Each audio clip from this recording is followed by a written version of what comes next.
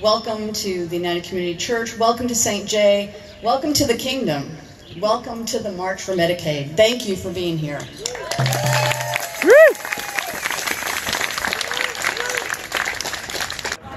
Hello, I'm Beverly. I'm coming from the Upper Valley, and I'm marching today because I think everybody deserves healthcare. I'm Steve. I'm from St. Johnsbury, and I'm here because I think healthcare is a right that everyone should have, and people shouldn't die because they don't have healthcare.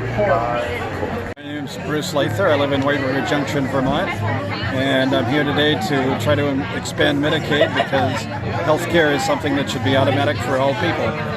Hi, my name is Faith. I'm from Cornwall, Vermont. Grew up there for 18 years.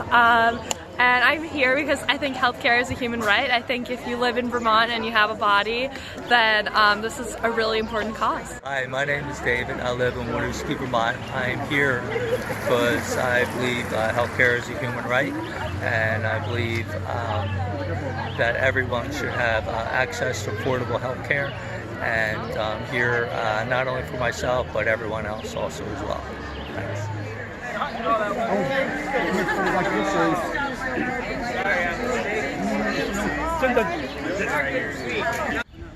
We're here today because in the United States, medical debt is the #1 reason for personal bankruptcy.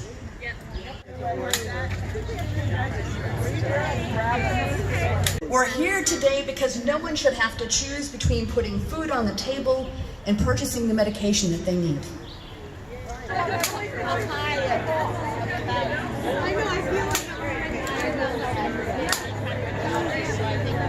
We're here today because there are too many people who are battling serious illness. Many of them so frustrated by having to fight tooth and nail for everything they need.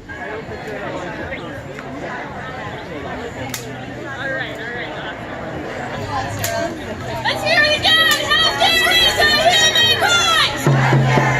Human right! Healthcare is a human right! Healthcare is a human right! You know, the people in this town, there are people that don't know that healthcare is a human right. Do you believe that? Yes! Healthcare is a human right. At the Vermont Center for Independent Living, we know that there are people who are underinsured. We know that people are in worse situations because they don't have the healthcare that they need. When we say that people are dying because they don't have proper healthcare, that is not an exaggeration. People are dying.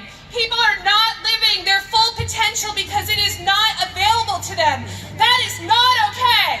My lives and the lives of many Vermonters depend on the health care that Medicaid provides.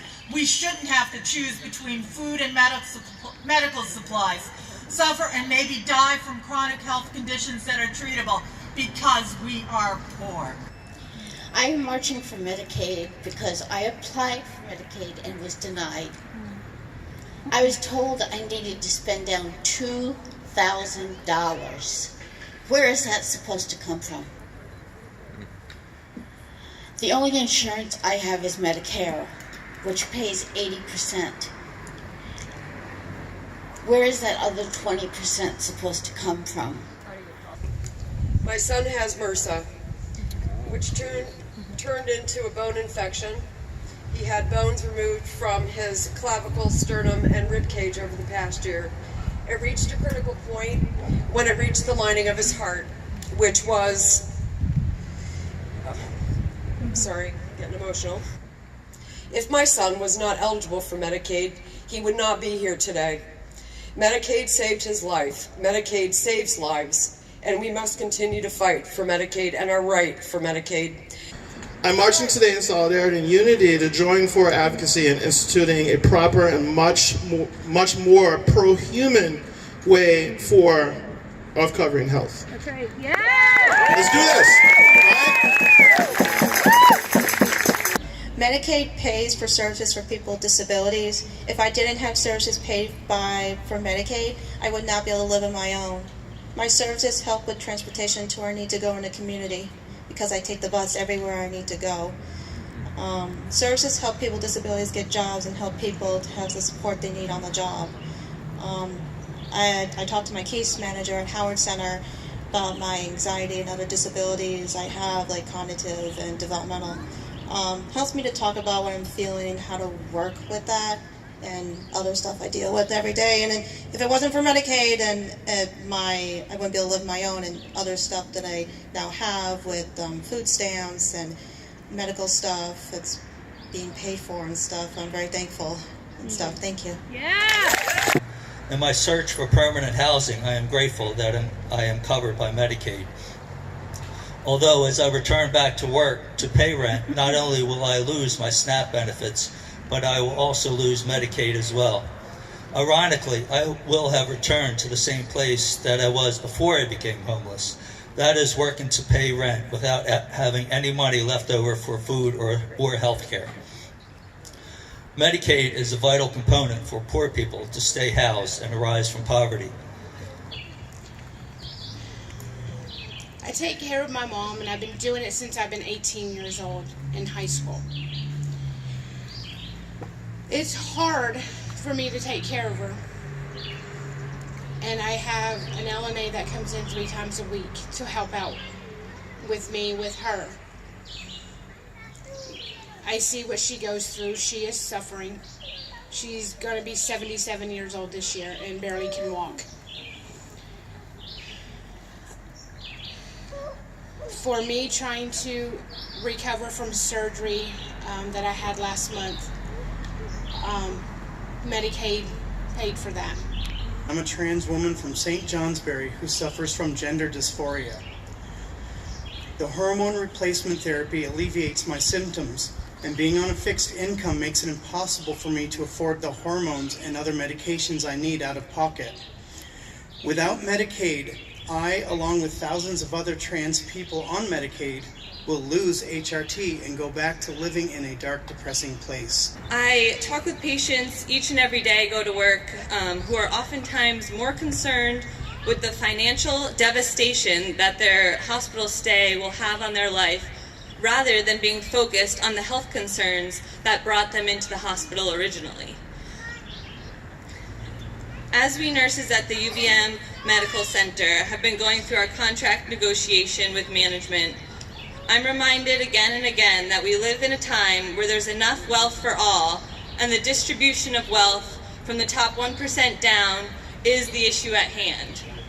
I am marching for the Medicaid because my boyfriend was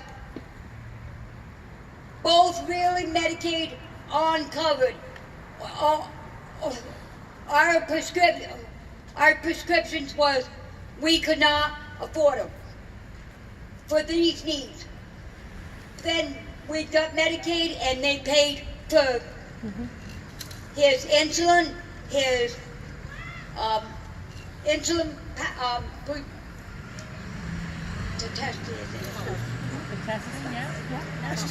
death strips and all that. So we're thankful for that. If we couldn't get it, we would not be available to pay for the prescriptions. Thank you. My employer had a $5,000 deductible, and I had several undiagnosed conditions because I could not go to the doctor and afford it. And I had the stroke, so then I became disabled and I was eligible for Medicare. But this year, in January of 2018, SSDI had a cost of living increase for me that amounted to $19 a month. So I'm not eligible for Medicaid this year, and I too am on Medicare. So any expenses that I have in addition to the thousands of dollars that I had from my stroke have not been able to be paid, and I'll just continue to go into debt for the rest of my life at this rate. And it's a terrible shame that I've worked for 35 years, and this is the thanks I get from my country. Go ahead and die because you're poor. We don't care about you.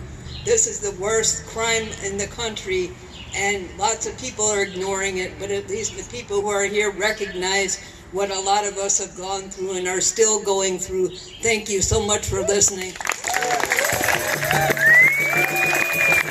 Everybody's got a right to live. Everybody's got a right to live. As